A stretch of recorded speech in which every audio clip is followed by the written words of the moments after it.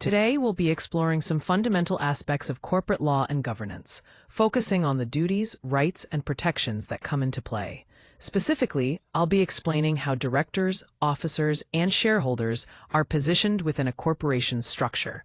It's important to understand these roles because they define responsibilities and the scope of influence each party has. We'll also delve into the business judgment rule, which is a critical protection that shields directors and officers when they make decisions in good faith. This rule essentially provides a level of trust that their choices are made with honest intent and reasonable care, helping to balance accountability with practical business management. Understanding these key elements is essential for navigating corporate governance effectively. Here we focus on the three essential pillars of corporate governance that keep a company running smoothly and responsibly. First, we have the directors. They play a crucial role in setting the overall direction of the corporation and exercising oversight. Think of them as the guardians who act in the best interests of the company and its stakeholders. Next are the officers. These individuals take the strategies laid out by the directors and turn them into action through daily operations. They manage the business using the executive authority that's been delegated to them, ensuring the company moves toward its goals effectively. Finally, we have the shareholders. They are the owners of the enterprise, and while they might not be involved in day-to-day management, they hold important voting rights and access to key information. Their role is integral to maintaining transparency and accountability within the governance framework. Together, these three pillars create a balanced structure that supports strong, responsible corporate management. On this slide, we're focusing on the critical role of directors within corporate law and governance. Directors act as fiduciary guardians, meaning they have a legal and ethical duty to prioritize the corporation's and its shareholders' best interests above all else. Their key responsibilities include setting the strategic direction of the company, closely monitoring management decisions, and ensuring the corporation is protected from any actions driven by self-interest. This oversight role requires care, loyalty, and candor, reflecting the high standards expected in boardroom discussions and formal meetings. In essence, directors are the stewards who safeguard the integrity and success of the corporation. When we talk about the fiduciary standard, we're focusing on the duty of care that directors and officers owe to their organization. This means they must act with the care that a reasonably prudent person would exercise in similar circumstances. Essentially, they need to be diligent and thoughtful in their decision-making. What this requires is becoming reasonably informed about the matters at hand, reviewing all material facts carefully, and asking the right questions. Decisions should be made through a deliberate and thoughtful process, rather than rushing, being inattentive, or relying blindly on others. This standard ensures that directors and officers are actively involved and responsible in their governance role. On this slide, we're focusing on the duty of loyalty, which is a fundamental aspect of directors' fiduciary duties. The core idea here is that personal gain must never come before the interests of the corporation. Directors are obligated to make decisions that benefit the corporation as a whole, not themselves or any other insiders. To break it down, the duty includes three key requirements. First, directors must always put the corporation's interests first. Second, they must avoid any self-dealing, meaning they cannot use their position for personal profit at the expense of the corporation. Third, if there is any potential conflict of interest, directors must fully disclose it and ensure their actions are fair and transparent to protect the corporation's interests. This duty represents the fiduciary standard that demands the highest level of loyalty and integrity from those in governance positions. Now, let's talk about fiduciary disclosure, which is a crucial part of corporate governance. A key concept here is the duty of candor. This means that those in control of the corporation, like directors, officers, and sometimes shareholders, are required to be fully honest and transparent when sharing material facts. When these individuals are seeking action or approval, any important information that could influence the decision must be disclosed clearly. If this duty isn't met and there's silence, half-truths, or omissions, it can lead to serious consequences. Not only can it result in legal liability, but it also undermines trust and the quality of decisions made by the board or shareholders. so full and fair honesty is essential to maintaining good governance and protecting everyone involved. Here, we're focusing on operational leadership within corporate law and governance. While the board of directors sets the overall direction and strategy for the company, it's the officers who bring that vision to life by managing the day-to-day operations. They are essentially the corporation's hands-on leadership team. At the top, the CEO leads both the strategic planning and the execution of corporate initiatives. The CFO takes charge of the company's financial health, overseeing all reporting, budgeting, and internal controls. The secretary plays a critical role by maintaining official records and ensuring that governance processes are properly followed. Their authority typically stems from the company's bylaws, specific board resolutions, and the defined responsibilities of their roles. Together, this executive team ensures the seamless operation of daily business activities, translating the board's decisions into action. Let's talk about the key fiduciary duties that officers must uphold in corporate law. First, the duty of care requires officers to act with reasonable diligence, attention, and informed judgment. This means they need to be thorough and well-informed when making decisions. Next is the duty of loyalty, which emphasizes that officers must put the corporation's interests above any personal gain. This is crucial to maintain trust and integrity. The duty of good faith involves exercising their authority honestly and faithfully, always acting for the right purposes in the corporation's best interest. Finally, the duty of candor demands that officers provide truthful and complete disclosure whenever they speak on behalf of the corporation. Together, these duties ensure that officers manage the company responsibly and ethically. They get to elect the board of directors and vote on significant corporate matters, which is crucial because the board oversees the company's overall direction. Shareholders also have access to important information. They receive regular disclosures and can inspect certain company records to stay informed.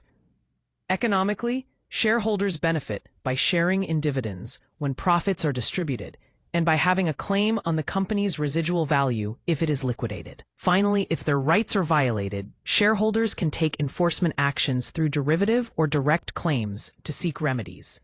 These rights combine to give shareholders a meaningful role in the governance and oversight of the company. When we talk about owners within a corporate structure, it's important to understand the specific rights and powers that shareholders hold. First, there's participation. Shareholders have voting rights, which means they get to elect directors who oversee the company's management. They also have the power to vote on fundamental changes to the corporation, like mergers or amendments to the bylaws, and to approve major governance matters that affect the company's direction. Beyond participation, shareholders have oversight rights. This includes the right to inspect core books and records, so they can stay informed about the company's operations and financial health. They also have derivative rights, meaning they can bring lawsuits on behalf of the corporation if harm is done, protecting the company and other shareholders. Additionally, they can enforce their rights by demanding disclosure of important information. The key takeaway here is that ownership gives shareholders a voice in the company's crucial decisions and oversight, but it doesn't translate into day-to-day control. That operational power typically rests with the company's management and board of directors. So, while shareholders influence the company's strategic direction and governance, they aren't involved in running the everyday business. On this slide, we're focusing on the standard of judicial deference, specifically through the lens of the business judgment rule. This principle essentially protects board decisions from being second-guessed by the courts as long as certain criteria are met. First, the decision must be made in good faith, meaning it reflects an honest intention without any bad faith, fraud, or intentional disregard. Second, the decision must be informed, which requires directors to act based on reasonable information and careful deliberation. Finally, there must be no conflict of interest involved. The decision should be disinterested, free from any self-dealing or divided loyalties. Together, these elements ensure that boards have the freedom to make business decisions without undue interference, provided they act responsibly and ethically. When we talk about the business judgment rule, it's important to understand the key prerequisites that directors must meet before this protection applies. First, directors need to make an informed decision. This means they have to gather enough relevant and material information to make a well-grounded choice. It's not enough to guess or assume. The decision must be based on solid facts. Second, the decision must be made in good faith. In other words, the director's judgment should honestly aim to benefit the corporation, not to serve personal interests or hidden agendas.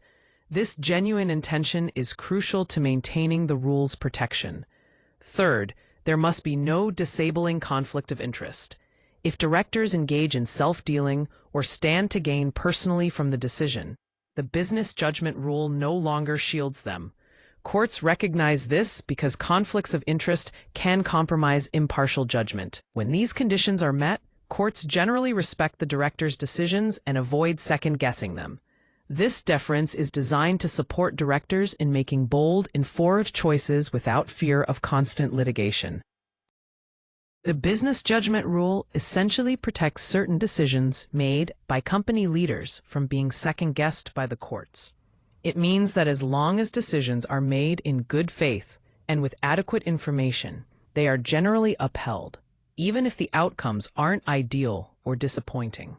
For example, when a company decides to enter a new market or shift its strategic direction, this rule shields those choices from legal challenges, provided the process was thoughtful and informed. Similarly, it protects risk-taking actions, like approving investments where there's uncertainty or potential downside, recognizing that some level of risk is inherent in business. Importantly, the rule also clarifies that a poor outcome by itself doesn't prove wrongdoing or a breach of duty. Just because a decision didn't pay off as hoped doesn't mean the decision-makers acted improperly. This encourages leaders to make bold or necessary moves without fear of being unfairly penalized for honest mistakes. Now, let's dig into the limits of the business judgment rule and what it actually protects against in corporate law. First, it's important to understand what this rule does not shield. For example, if there's a conflict of interest where decisions are influenced by divided loyalties, the rule's protection disappears. Similarly, self-dealing is excluded. Managers can't use their corporate positions to benefit themselves personally. Bad faith actions are also outside the rule's protection. This includes knowing misconduct, intentional neglect, or any dishonest purpose. And of course, fraud or illegal acts won't get a free pass just because the business judgment rule would normally apply. Courts simply won't defer to unlawful behavior under this rule. Protection under the rule ends when the decision-maker isn't impartial, since the rule assumes decisions made in good faith by a disinterested party. Without a sincere and careful process, the courts will step in to closely examine the decision. In other words, the shield offered by the business judgment rule only applies when honesty, care, and loyalty guide the decision-making process. When those key foundations are missing, the court scrutinizes the whole transaction instead. So, to summarize, the business judgment rule is a protective shield, but only for faithful and proper judgment. Misconduct, conflicts, and bad faith actions fall outside its coverage. This distinction is critical to maintaining corporate accountability. When we talk about corporate law and governance, one of the crucial factors that determine whether a transaction holds up under scrutiny is disclosure, fairness, and proper approval. Essentially, transparency and the process of getting the right approvals are key to avoiding legal and ethical pitfalls. A central concern here is fiduciary risk, particularly when conflicts of interest or self-dealing come into play. This happens when a fiduciary, someone entrusted to act on behalf of the corporation, puts their personal interests ahead of the company's best interests. It's a serious issue because it can harm the corporation and its stakeholders. For example, imagine a director who approves a contract that benefits them personally without proper disclosure or approval. Or picture a situation where corporate business is steered towards a relative's company or an affiliated entity, again without appropriate oversight. These are classic cases that highlight why fairness and proper approval processes are critical to maintaining trust and compliance in corporate governance. On this slide, we're focusing on two key mechanisms for risk allocation in corporate law: indemnification and directors' and officers' insurance, or D&O insurance. Starting with indemnification, This is where the corporation agrees to reimburse legal costs or liabilities that directors or officers may incur when acting on behalf of the company. This can include defense expenses, settlements, or judgments. However, indemnification usually applies only if the individual acted in good faith and within the scope of their duties. It's also important to understand that indemnification rights are typically governed and limited by statutes, the company's charter, bylaws, or corporate agreements. Moving over to D&O insurance, this serves as a safety net by shifting part of the financial risk away from the individual directors and officers. It covers claims and defense costs that arise from management decisions, protecting these individuals from personal financial exposure. Additionally, the insurance can reimburse the corporation itself when it pays indemnification. However, it's crucial to note that these policies usually exclude coverage for misconduct like fraud or intentional illegal acts. Together, indemnification and D&O insurance provide a balanced approach to protecting those in leadership positions while ensuring accountability. Understanding how these two interact helps clarify the legal and financial safeguards available to corporate directors and officers. When we talk about corporate governance best practices, it's really about establishing a disciplined process that ensures strong oversight and accountability. First, independent oversight is crucial. This means having a board that is not only engaged, but also includes independent directors who actively participate in committee reviews. Their fresh perspectives help avoid conflicts and maintain objectivity. Next, clear disclosure is essential. Good governance requires keeping accurate minutes and providing candid reporting. This transparency shows that decisions are made through a well-informed and thoughtful process, which builds confidence among stakeholders. Conflict controls are another key aspect. It's important to have strict procedures like recusal and approval mechanisms for situations involving self-dealing or related party transactions. These controls help prevent any potential misuse of power or conflicts of interest. Finally, respecting shareholder rights is fundamental. Protecting their ability to vote, inspect records, and access information reinforces trust and ensures accountability throughout the organization. In essence, good governance is less about ticking boxes or formality. It's about maintaining these disciplined, thoughtful processes that promote integrity and sustainable success. Here we're looking at accountability in practice within corporate law, specifically focusing on enforcement and remedies through 3 types of lawsuits: derivative suits, class actions, and direct suits. Starting with derivative suits, the claim actually belongs to the corporation itself, not just the individual shareholder. So, when a shareholder brings this action, they're doing so on behalf of the corporation. The remedies in these cases typically aim to benefit the corporation, such as damages paid to the corporation, injunctions to prevent harmful actions, or governance reforms to improve how the company operates. Next, we have class actions. These involve many shareholders who have been similarly harmed, banding together to pursue a claim. A representative shareholder brings the action on behalf of the entire class. The remedies awarded here can include class-wide damages, meaning compensation is distributed to the whole group, rescission of contracts, or other equitable relief designed to fairly address the collective harm. Finally, direct suits involve claims that are personal to the shareholder. The injured shareholder files the action independently. Remedies in direct suits can include personal damages, relief related to voting rights, appraisal rights, or injunctions specifically affecting the shareholder's interests. Understanding these distinctions is crucial because they determine who can bring the claim, what the claim is worth, and how the remedies are tailored, whether to protect the corporation as a whole, a group of shareholders, or an individual shareholder. To sum up, directors and officers have fiduciary duties, meaning they must act with care, loyalty, and honesty in managing the company. Shareholders, while important, hold rights rather than being involved in day-to-day decisions. Governance depends on this balance. Good faith decisions by leadership often receive protection under the business judgment rule. However, if conflicts of interest or bad faith arise, that protection can be lost. Ultimately, effective governance happens when authority and accountability are clearly aligned. This ensures the company operates responsibly and in the best interest of all stakeholders. Governance is truly the foundation of trust within any corporation. When directors, officers, and shareholders fulfill their duties and act with integrity, the power they hold is not only exercised responsibly, but becomes accountable and disciplined. This creates an environment where confidence and trust can flourish.